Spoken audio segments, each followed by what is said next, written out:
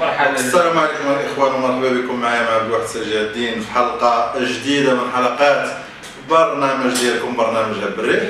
وهب الريح كما وعدتكم في الحلقه الاولى كنت شرط على انه برنامج ديال هب الريح هو برنامج اللي كيسعى لتحفيز الشباب باش يخلقوا المقاوله ويتخلاو على الفكره ديال الاشتغال في الشركات وفي الوظيفه العموميه.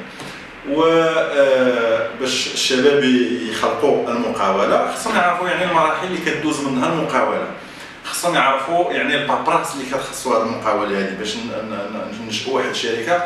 كاينه واحد المجموعه ديال لي فورماليتي، كاينه واحد المجموعه ديال الاشياء اللي خصنا نعرفوها على هذه المسائل هذه.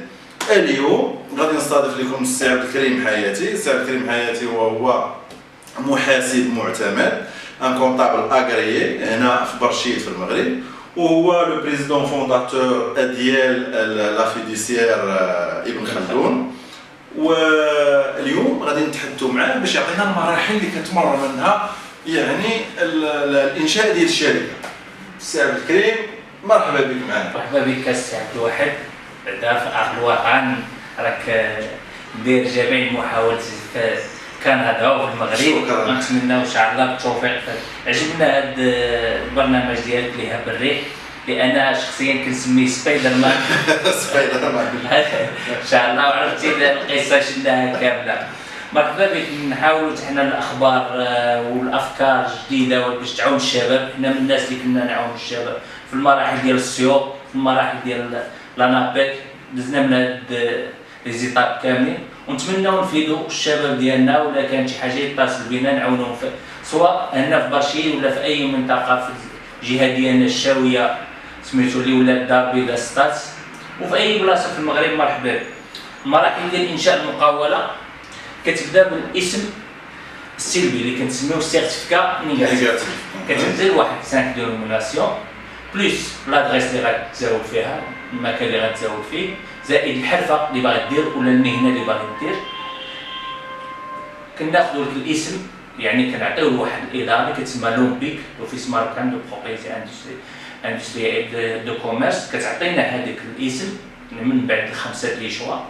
كناخذوا هذاك الاسم كندوزو من بعدها المرحله ديال عقد ديال الكراء، هو الكونترا دو لوكاسيون.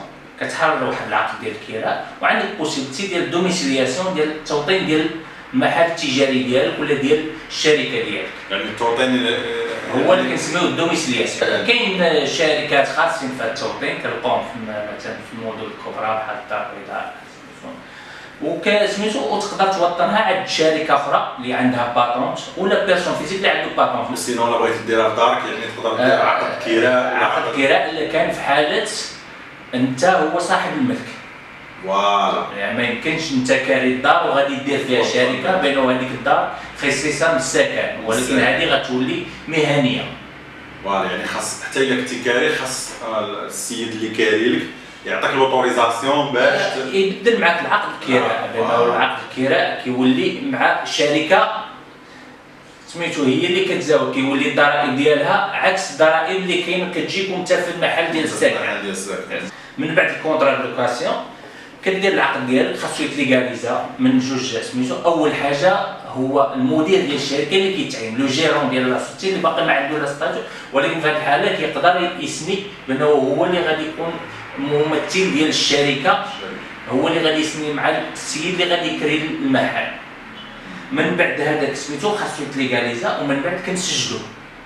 خاصو يتسجل يعني في الارشيف، كتخلص عليه التنابر ديالو واحد مبلغ في سميتو في لاكاس ديال سميتو لونجيسترومون.